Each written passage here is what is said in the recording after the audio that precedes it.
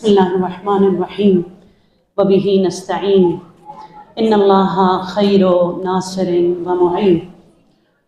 سب سے پہلے میں بہت زیادہ تہ دل سے مشکور اور ممنون ہوں کہ قرآنی سنت پر عمل کرتے ہوئے محسن وطن، محسن اسلام، محسن انسانیت اور سب سے بڑھ کر جس نے پاکستان کا حسین خواب دیکھا اور اس خواب کے لیے تعبیر بیان کیا، اس عظیم ہستی کے حوالے سے آج یوم اقبال کو یہاں پر پرجوش طریقے سے منایا گیا۔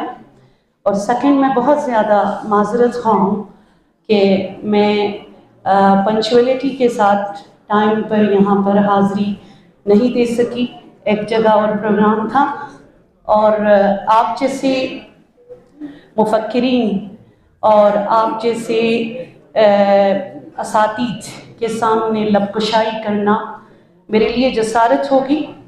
انہوں نے میرے مقالے کا کہا جو میں نے پرچین میں لکھا تھا،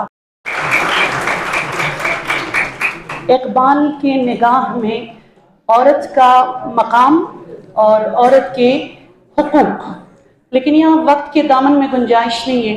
میں بہت ہی اختصار کے ساتھ within 10 minutes انشاءاللہ I will try my best کہ میں آپ کے سامنے بیان کر سکوں۔ یہاں پر بیٹیاں بھی ہیں، یہاں پر مائیں بھی ہیں، پلیز تھوڑی دیر کے لیے خاموش رہیے گا۔ اور یہاں پر ہر طبقے سے تعلق رکھنے والے جو سوسائٹی میں کسی نہ کسی طریقے سے اپنا رول ادا کرتے ہیں، آج یہاں پر بیٹھی ہے، ہیڈ آف ڈپارٹمنٹس یہاں پر بیٹھے ہوئے ہیں۔ اگر آج دنیا کو آپ دیکھیں،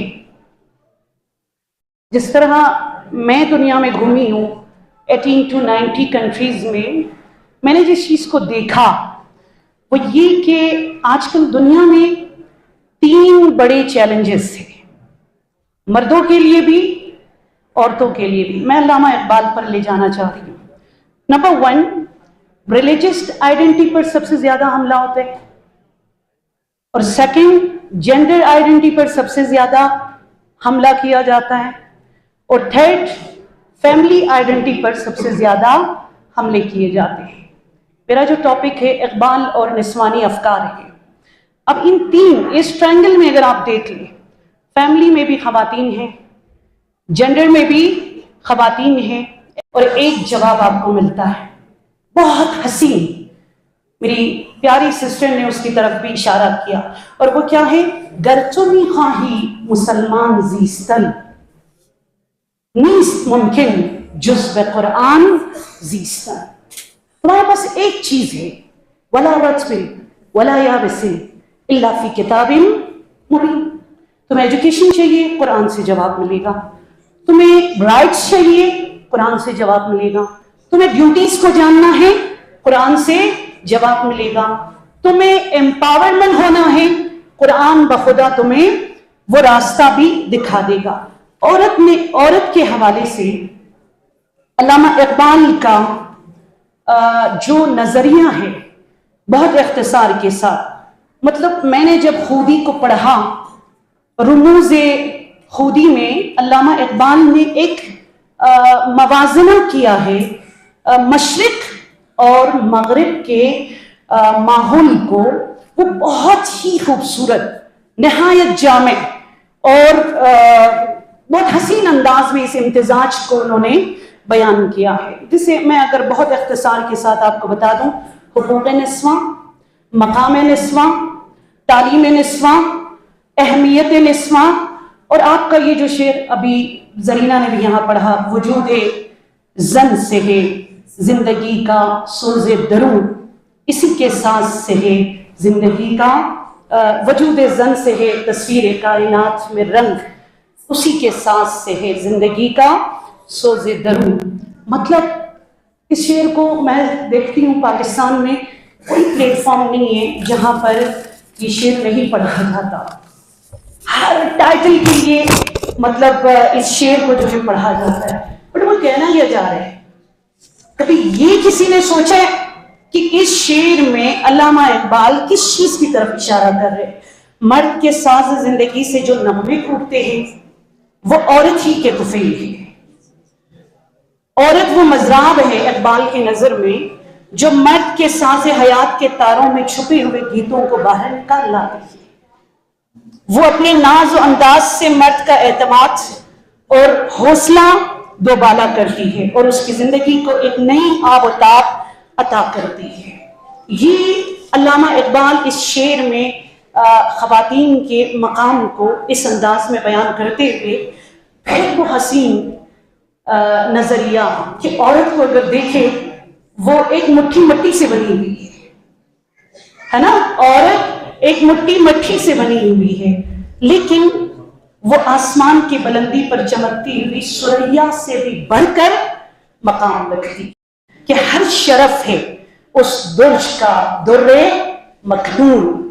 علامہ اقبال اس حسین انداز میں عورت کے لیے یہ شرف بیان کرتے ہیں کہ زندگی کے ہر میدان میں آج کمشنر ہے، آج ڈی سی ہے، آج ٹیچر ہے، آج پرنسپل ہے، آج جتنے لوگ یہاں کھڑے ہیں، جتنی بیٹیاں ہیں، آپ کچھ بھی کماتے ہیں.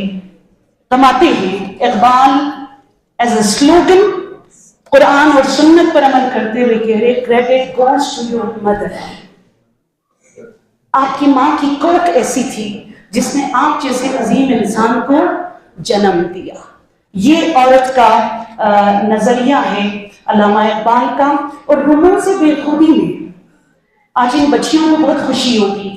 رموز بے خودی میں علامہ اقبال آپ کو پتہ ہے حدیث نبوی سے کمپیر کرتے ہوئے اس کو بیان کرتے ہوئے عورت کا مقام بیان کرتے ہیں.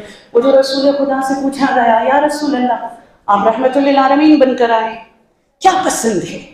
آپ کے سر پر تاج نبوت سجا دیا، آپ کو کن فیکون میں وہ پاور آف اتھارٹی ادا کی ہے کہ آپ شق القمر ہیں، آپ طی الارض ہیں، آپ جیسے کہو گے ویسے ہوگا. بٹ بتاؤ آپ کا پسند کیا ہے؟ تو رسول خدا نے یوں رحمت للعالمین نے دست نبوت کو بلند کیا اور پتہ ہے کیا فرمایا؟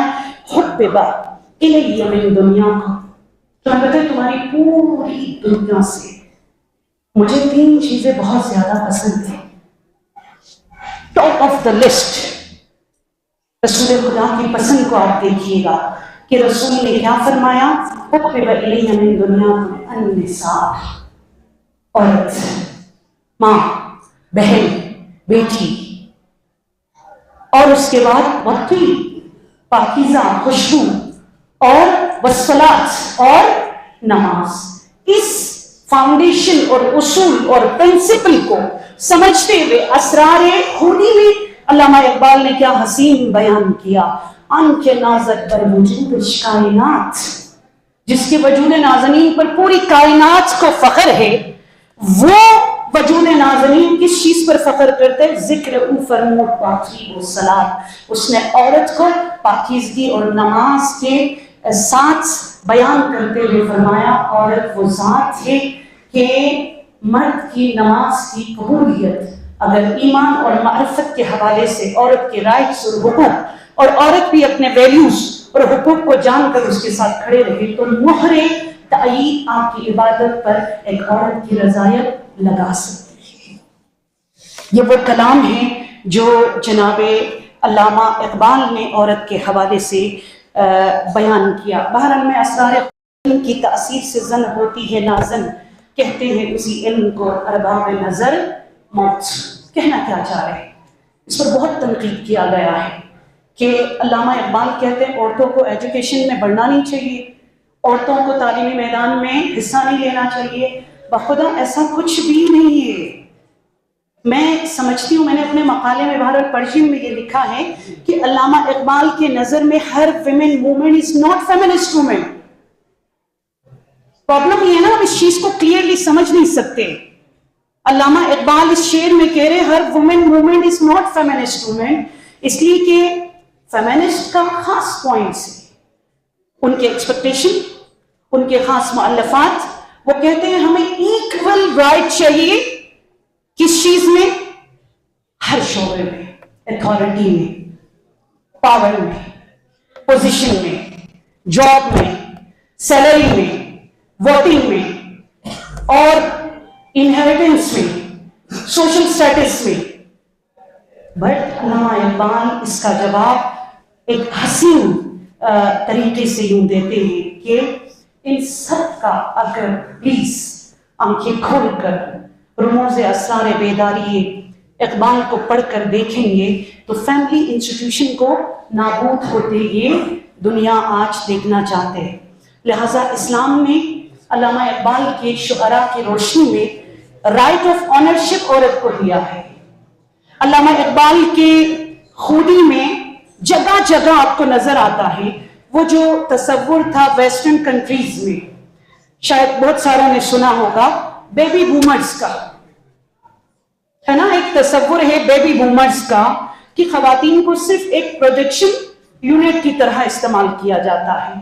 علامہ اقبال نے جواب دیا کہ میرا اسلام کہتا ہے، میرا قرآن کہتا ہے عورت سوسائٹی کے پروگریس ڈیولپمنٹ میں، عورت سوسائٹی کے ایڈوانسمنٹ میں بھی کنٹریبیوٹ کرتی ہے، اور سب سے بڑھ کر عورت کو تشریح دی علامہ اقبال رحمۃ اللہ علیہ نے کہ وہ عورت جو اپنے ویلیو کو جان کر، وہ عورت جو سوشل کنٹریبیوشن میں بھی حصہ لیتے ہوئے، وہ عورت جو مغربی افکار کو بلا کر اسلام کو پڑھنے کے بعد آگے بڑھے، تو اس کے لیے علامہ اقبال نے کیا حسین جواب دیا.